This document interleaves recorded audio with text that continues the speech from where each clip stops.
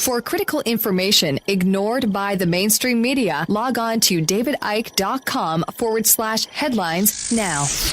So it's about 6 weeks then, or thereabouts, till the 23rd of June and the EU referendum. As you know, little else is being covered in the media right now, apart from the odd bomb scare at Old Trafford and junior doctors striking, and how staff are going to be trained to take over the jobs that junior doctors are not doing when they're on strike, which is pretty sinister and shocking. We'll leave that one for the moment.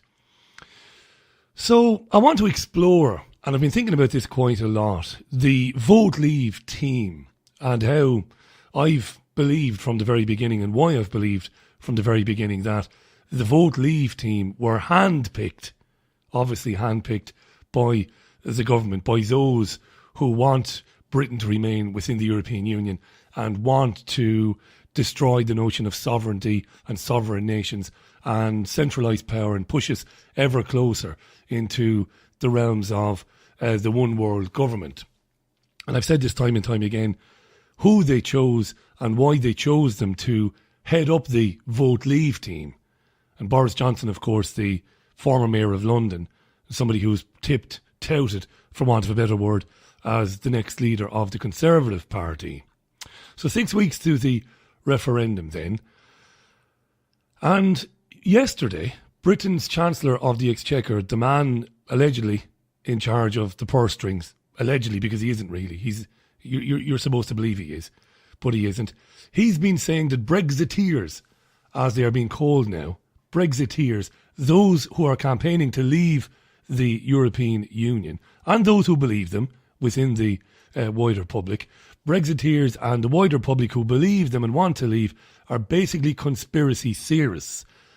This is a term now that politicians, elected officials, particularly senior politicians who hold the most important briefs, the most important portfolios, they're using conspiracy theorists quite a lot and have been now for a year or so.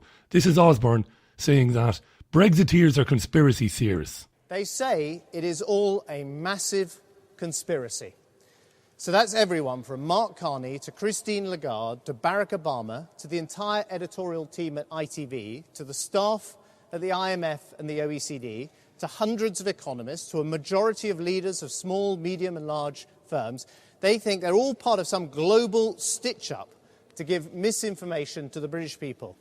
But they are, aren't they? I mean, everybody he just names there is an avowed Rothschild Zionist and a slave and a gatekeeper to the cabal. I shouldn't say slave. We're the slaves. Well, those of us who are not awake to it are the slaves. He's just named the gatekeepers. How could all of these people be together in some conspiracy, says Osborne. He carries on. Listen to this. The next thing we know, the Leave camp will be accusing us of faking the moon landings, kidnapping Sherga and covering up the existence of the Loch Ness Monster. The response to the sober economic warnings from around the world by those who want to leave the EU has not been credible or serious. So mentioning Sherga and the moon landings, that isn't a throwaway line that Osborne wrote on his notes to get a laugh. That's something that's been thought out very carefully. Associate those who believe that there is a conspiracy. Now, by the way, Boris Johnson, and this is what I'm talking about, controlled opposition, neither Boris Johnson, neither Michael Gove, nor some of the lesser lights in the Vote Leave camp like George Galloway, none of them have mentioned these names together and said that these people are part of a concerted effort. These people are part of a conspiracy to lie to the British people in order to keep them within the European Union. What Osborne is saying there basically is he's speaking directly to the average Joe Soap in Britain. If you believe these goons, well then you're just a crazy conspiracy theorist. Now he went on, did Osborne, interestingly enough, to say that he's got new Treasury data which shows that the country will lose hundreds of millions of pounds a year if it leaves the European Union. He's a psychotic liar. And I've said time and time again, I'm sick of this. I'm sick of the Vote Leave team not doing their job in taking this guy apart. The Vote Leave team, who are basically a bunch of Tories and thus Rothschild lackeys. It's what they are. It's no coincidence that the bumbling, foolish, good for a laugh, everybody wants to have a pint with him, BoJo, heads up the Leave team. He's not meant to be taken seriously. Boris Johnson has never been meant to be taken seriously. He secured the Mayor of London job by acting out, by acting the clown. He's a figure of fun. His public image has been created carefully as that of a bit of an idiot. Not a stupid man by any stretch of the imagination, but a bit of a goon, a bit of an idiot. But your mate, you'll have a laugh with Boris. Boris the gas man, you know, as we say in Ireland. He's a gas man. Funny guy. Mad, eccentric. Mad as a hatter. He's brilliant as Boris. God love him. We'll come back to Boris. Speaking of trading and money, Andrea Leadsom was on the Andrew Marr show yesterday. She is the economic spokesperson for the Vote Leave team. She's a Tory MP. And this is just a little snippet of this. I played this on Sunday View. This is Andrea Leadsom getting into the money, getting into the trade figures with Andrew Marr of the BBC. One of your colleagues, Sajid Javid, has written very interestingly today in the papers saying, he's described himself as a Euro-sceptic, very, very against the Euro and so forth, but the thing that has changed his mind and made him a Leave voter and a Leave campaigner is the... Remain. Remain, yeah. You're quite right, well spotted. A Remain campaigner is the single market that... When he looked at the effect of the single market, particularly on the service economy, he saw that a huge proportion of our exports depend upon it, and he determined that this was the right thing to do. He said, of the other 50 countries the EU has negotiated to deal with, not one has full access for service industries into the EU's single market. Well, in truth, over the last 10 years, UK exports to the EU have absolutely flatlined to slightly gone backwards. The EU has been notoriously bad at intra-EU trade in services, not because there are tariffs in money terms, but because there are non-trade tariffs. So they put up boundaries and barriers to allowing UK access to the EU. So as a matter of fact, the UK has done incredibly badly out of EU trade in services. Where the EU is better is in goods, and about 70% of all intra-EU trade is in goods. So the UK has lost out big time. It's simply not true to say that if we can't get access to the EU single market, we'll be worse off. And Sajid Javid is another lawyer, the business secretary who is part of the Vote Remain team, to say that he had a crisis of conscience, that he didn't really want to remain within the European Union, but when he looked at what Britain will lose out on. And she's pretty terrible too, as somebody arguing for, you know, one of the most vital, if not the most vital votes that the British people will ever have. She's pretty pathetic. In recent years, it's all flatlined, she said. I've said to you before on this programme, and I proved it, because we don't do conjecture here. We don't do rumours and lies. We do facts. Britain's exports to the European Union were just over 60% of its total exports before 1973. Before 1973. Now, you're going to say, what happened after 1973? Well, I'm going to tell you. That percentage never increased. Never. Never increased. Never. Listen to that. Carry that fact around with you and share it with people. In fact, as she said, it's been coming down steadily, particularly in the last few years. But it's been coming down steadily since 1973, while at the same time, British exports to other countries around the world are growing. These people are criminals, liars and traitors. David Cameron, George Osborne, Tony Blair, Gordon Brown, John Major, all the Rothschild Zionists. Every one of them are conspiring with agents of central banks to sell you out and to destroy British sovereignty. These people are traitors and should be arrested for treason. There is no lie beneath them. They will say anything. It doesn't matter. We'll talk about David Cameron now in a second. Norway and Switzerland, not in the European Union, yet they export far more per capita to the European Union than the UK does. lie upon lie upon lie is told about renegotiation of treaties and trade deals. If Britain leaves, that could take years and would have a devastating effect on industry in this country.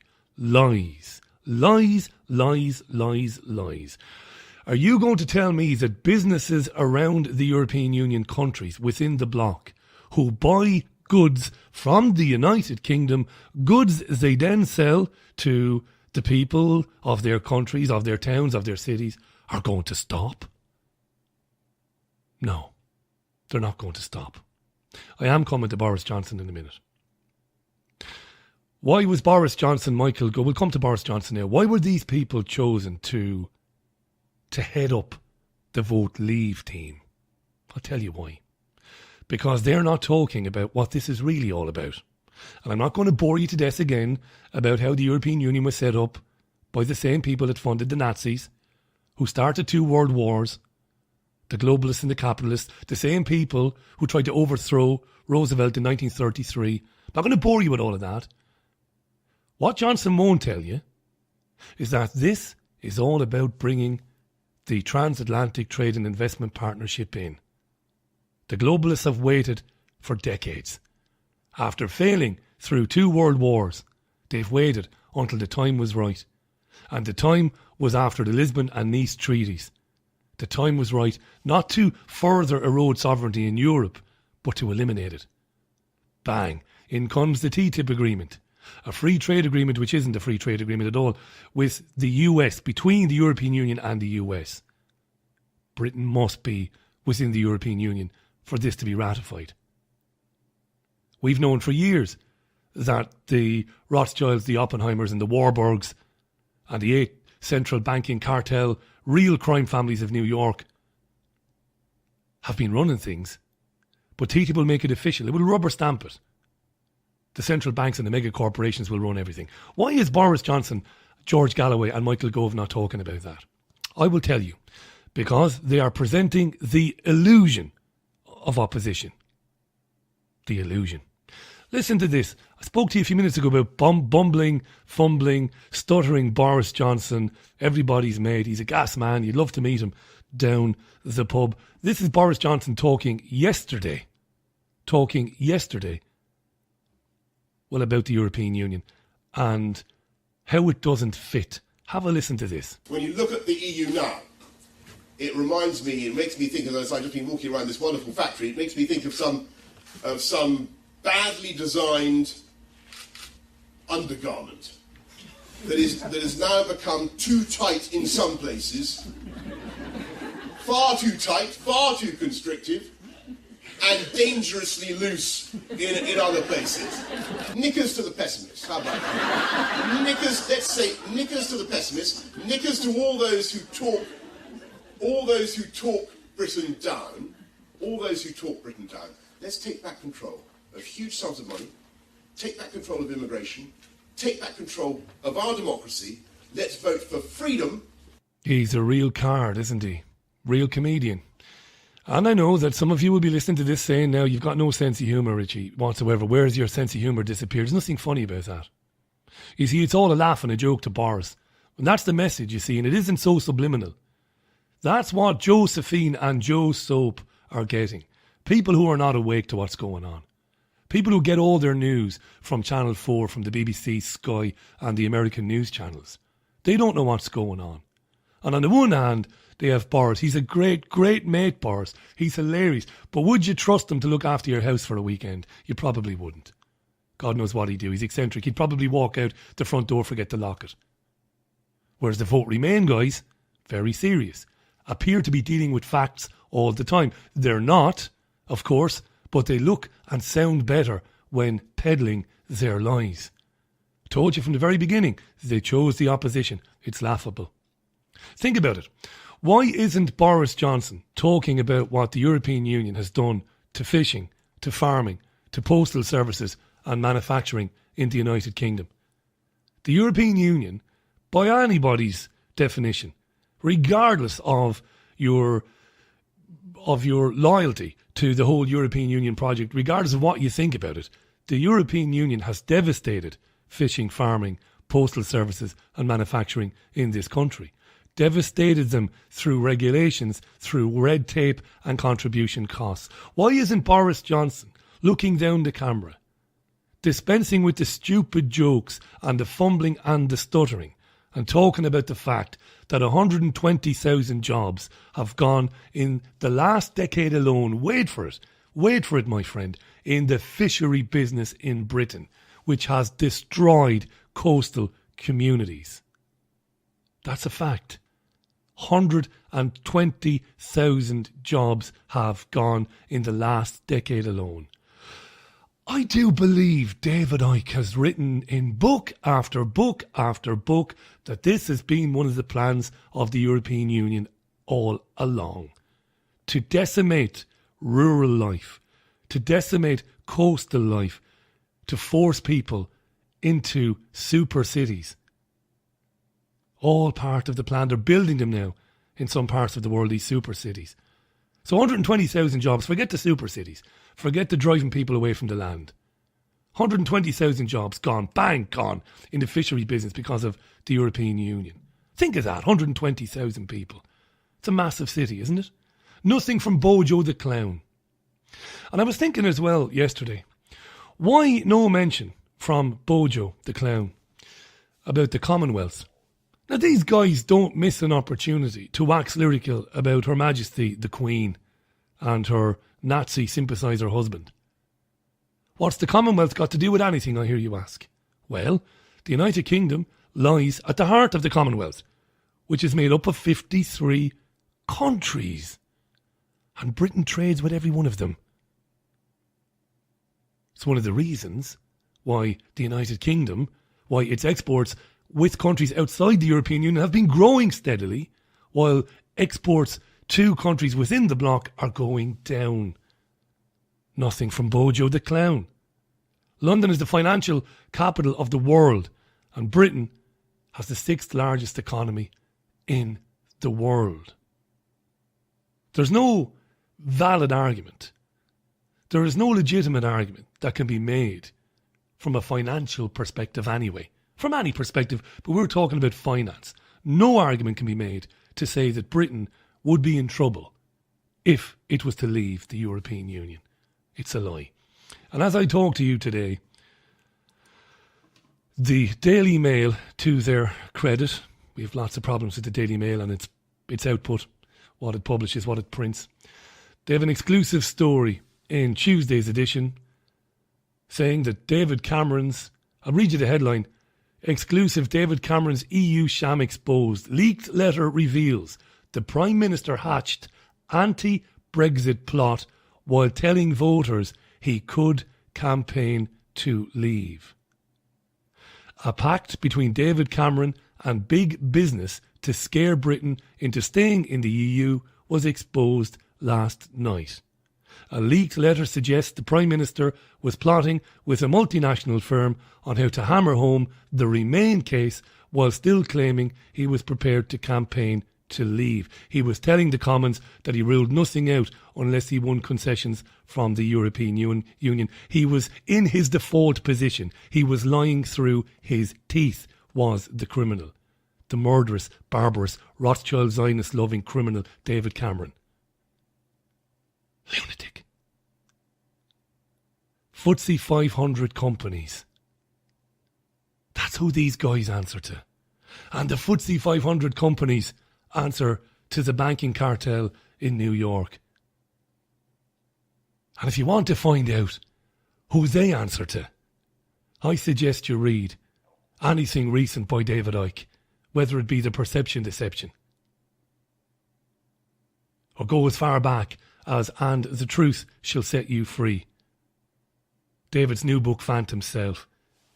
He's been talking about this for 2 decades now. That's in the Daily Mail today. How much attention people will pay to that, I have no idea. Oh, it's time to move on. It's time to move on. So let's just move on and get on with it then. Broadcasting the information the mainstream media won't touch. This is The Richie Allen Show in association with DavidIcke.com.